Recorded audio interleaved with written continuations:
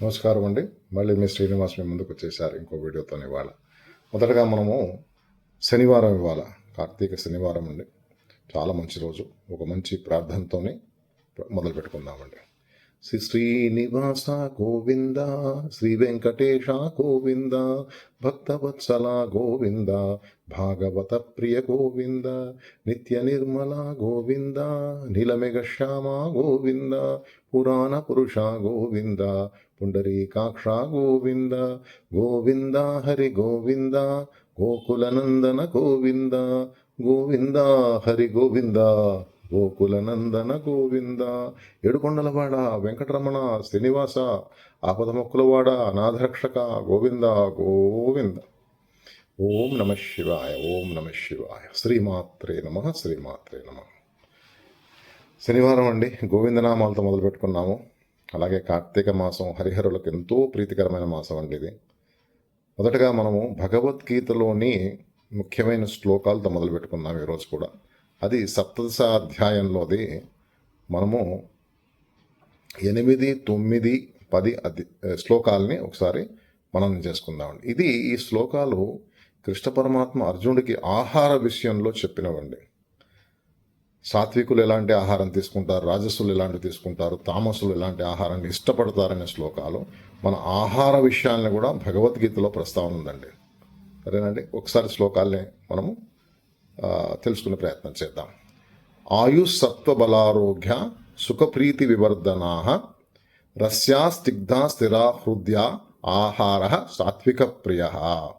ఇది మొదటి శ్లోకం అండి. ఈ శ్లోకం అర్థం ఏంటంటే, ఆయుర్దాయము, చిత్తస్థైర్యము, ఆరోగ్యము, భోజనాంతర సుఖము, భోజన కాలంలో ప్రీతి కలిగించినవియు, రసోపేతములు, నేతితో కూడినవియు, శరీరమునకు చిరకాల పోషణ ఇచ్చే పదార్థములన్నీ కూడా సాత్వికులకు అతి ప్రియము అని కృష్ణ పరమాత్మ చెప్తున్నాడండి.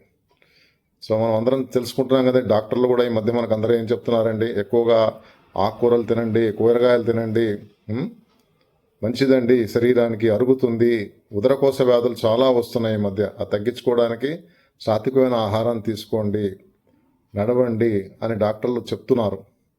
ఆయిల్ తక్కువ ఉండేవి తినండి అని చెప్తున్నారు కదండి. సో అదే ఈ శ్లోకంలో కూడా కృష్ణ పరమాత్మ ఉటంకిస్తున్నాడు. అలాగే 9వ శ్లోకం అండి. కట్వం లవణాత్యుష్ట తీక్ష రూక్ష విదాహిన ఆహార రాజసాశ్రేష్ట దుఃఖ శోకమయ ప్రదాహ. దీని అర్థం ఏంటండి, ఎక్కువ చేదు, మిక్కిలి పులుపు, ఎక్కువ ఉప్పు, ఎక్కువ వేడి, ఎక్కువ కారం గల పదార్థాలు, చమురు ఎక్కువ లేనివి అంటే ఫ్రైస్ అండి, ఎక్కువ ఫ్రైలు చేస్తుంటారు అలాంటివి, తీరని దాహం పుట్టించిన పదార్థాలు రాజసులకు ఇష్టము. ఇది తత్కాలమున దుఃఖమునకు, శాశ్వతమైన అనంతరము రోగాలకు నిలమైపోతాయండి. ఇది శరీరాన్ని కలిగిస్తాయి. ఇది రాజసులు ఇష్టపడే ఏంటండి ఈ ఆహారం అంటే, ఎక్కువగా ఈ మధ్య అందరూ కూడా ఏం తెప్పించుకుంటున్నారండి, జొమాటోలు, జంక్ ఫుడ్లు అంటారు కదండి, అవి మ్యాక్సిమం ఆ జంక్ ఫుడ్లన్నీ ఈ కేటగిరీలోకి వస్తాయండి.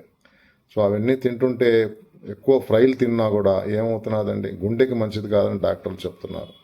ఇవి ఈ శ్లోకం యొక్క అర్థం అండి, రాజసులకు ఇష్టపడే ఆహారం. 3వ శ్లోకం 10వ శ్లోకం.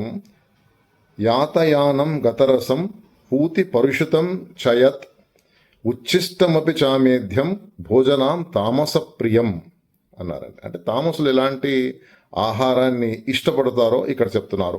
సరిగా ఉడకనివి, దుర్గంధంతో కూడుకున్నవి, రసహీనములైనవి, గతరాత్రి వంటలో వండిన మిగిలిన భుక్తశేషము, గతరాత్రి మిగిలిన చద్దన్నం నెక్స్ట్ డే మార్నింగ్కి, అలాగే యజ్ఞములకు తగని అపవిత్రాన్నములు, ఇవి తామసులకు ఇష్టం అండి.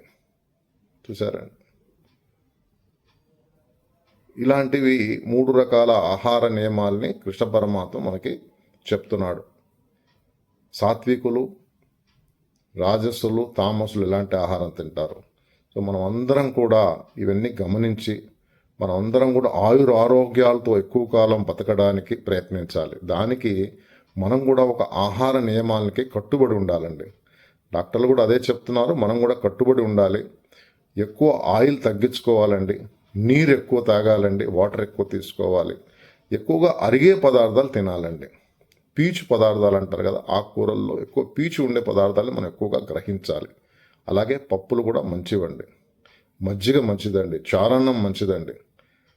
ఈవెన్ పులుసు సాంబార్లో కూడా పులుపు తగ్గించుకొని తినాలండి, చింతపండు మంచిది కాదు మళ్ళీ. సో ఇంతటి మంచి ఇన్ఫర్మేషను మనకి భగవద్గీతలో శ్లోకాల ద్వారా కృష్ణ పరమాత్మ మన ఆహారాన్ని గురించి చెప్పాడండి. ఎంత మంచి శ్లోకం అండి. మనం అందరం కూడా ఇది పాటిస్తామండి. ఇది కాక ఈరోజు మనము దత్తుడు మనకి రోజు చెప్తున్న 24 తత్వ గురువుల్లో ఈరోజు ఇంకొక 2 గురువుల గురించి మనము చర్చించుకుందామండి. మొదటి గురువు పసిపిల్లవాడు, పసి పాపలు, దాని గురించి మనం మాట్లాడుకుందాం. సో పసిపిల్లవాడు అంటే ఏంటి, మనకు గుర్తొచ్చేది ఏంటండి, పసిపిల్లలు భగవంతుడితో సమానం అంటాం. ఎందుకంటామండి, పసిపిల్లలకి కల్ముషం ఉండదు, వారికి ఎవరి మీద కోపం ఉండదు, వారి హృదయం సంపూర్ణంగా ప్యూర్గా ఉంటుందండి. అది శుద్ధమైన పవిత్రమైన మనస్సు అంటారు కదండి. ఎవరి దగ్గరికైనా వెళ్ళిపోతారు. పసిపిల్లలకి ఏది క్రూర జంతువో ఏది సాధు జంతువు కూడా తెలియదు. అలాంటి పసిపిల్లలు భగవంతుడితో సమానం అండి. కాబట్టి దత్తుడు ఏమంటున్నాడంటే, మనం కూడా మనుషులకు కూడా మీరు పసిపిల్లల్లాంటి హృదయం కలిగి ఉండాలి, పసిపిల్లల్లాగా మీరు ప్రవర్తించాలి, మీ హృదయంలో కల్మషం ఉండకూడదు, అందరినీ ఇష్టపడాలి మీరు అని చెప్తున్నాడు. మన మనసు గ్లాసు వంటిదని కూడా చెప్తున్నాడు. గ్లాసులో మట్టి పడిందనుకోండి, దాంట్లో మనం పాలు పోసినా, నెయ్యి పోసినా, అమృతం పోసినా కూడా అపవిత్రమైపోతాయండి, వ్యర్థం అవన్నీ కూడా మట్టితో. కాబట్టి మన మనస్సును ఎప్పుడు కూడా స్వచ్ఛంగా ఉంచుకోవాలండి. భగవంతుడి యందు ఎక్కువగా ప్రీతి చెంది భగవన్నామాన్ని ఉచ్చరిస్తుండాలి. ఎవరి మీద రాగద్వేషాలు ఉండకూడదని, పసిపిల్లవాడి హృదయం మనసులాగా ఉండాలని దత్తుడు చెప్పదలిచాడు దీని ద్వారా. రెండోదండి పాము ఎలాంటిదండి మనకు తెలుసు. పాము జీవితకాలం అంతా ఒంటరిగానే నివసిస్తుంది. అది పాము ఎక్కువ తన సమాజంలో వేరే జంతువులతో బతకదండి. అది ఎప్పుడు ఒంటరిగానే తిరుగుతుండి ఆహార సముపార్జన కూడా ఒంటరిగానే చేసుకుంటుంటుంది పాములో ఇంకొక గుణం ఏంటంటే, పాము తన పాత చర్మాన్ని అంటే కుబుసాన్ని వదిలేస్తుందండి. కుబుసాన్ని వదిలి కొత్త చర్మాన్ని ధరిస్తుంటుంది పాము. అలాగే దత్తుడు మనకి ఏం చెప్తున్నాడంటే, ఈ పాము ద్వారా సహజ గుణాన్ని ఎప్పుడూ మహాత్ములు, ముముక్షువులు ఇలాంటి వారు ఒంటరిగానే ఉండాలి, ఒంటరిగా వారు ధ్యాన నిమిత్తులై ఉండాలి కదండి. భగవంతుడి యందు ఎప్పుడు ధ్యానంలో ఉండాలి, తపస్సులో ఉండాలి ఒంటరిగా. అది రెండోది, ఈ కుబుసము ఎప్పుడైతే పాము వదిలి కొత్త చర్మాన్ని ధరిస్తుందో, అలాగే మన ఆత్మ కూడా ఎన్నో జన్మలు, వేల జన్మల్లో ఈ శరీరాన్ని వదిలి కొత్త శరీరాల్ని ధరిస్తూ ఉంటుందండి. ఆత్మ జీర్ణమైన శరీరాల్ని వదిలేసి కొత్త శరీరాల్ని ధరిస్తూ ఉంటుంది ఆత్మ. ఏం చెప్తుందంటే భగవద్గీతలో ఇదొకటి, ప్రాణం పోవడం ఇష్టం ఉండదండి ఎవరికి, ఏ శరీరానికి కూడా. మనిషికి ఆత్మ వదలంటుంది శరీరాన్ని. ఆఖరికి యమభటులు వచ్చి కూడా వారు ప్రయత్నం చేస్తుంటారు ఆత్మను తీసుకెళ్ళడానికి, శరీరాన్ని నుంచి వేరు చేయడానికి. అప్పటికీ మమకారం, శరీరం మీద మమకారం, చూసారా అండి. కాబట్టి మనం ముందు నుంచే మనం ఒంటరిగా ఉండడం అంటే, ఒంటరిగా మన మనస్సుని ఏకాగ్రత చేసుకొని భగవంతుణ్ణి ఎప్పుడు కూడా మనం ప్రార్థించుకుంటూ భగవంతుని ఏకాగ్రతతోనే మనం దృష్టిని నిలపాలండి.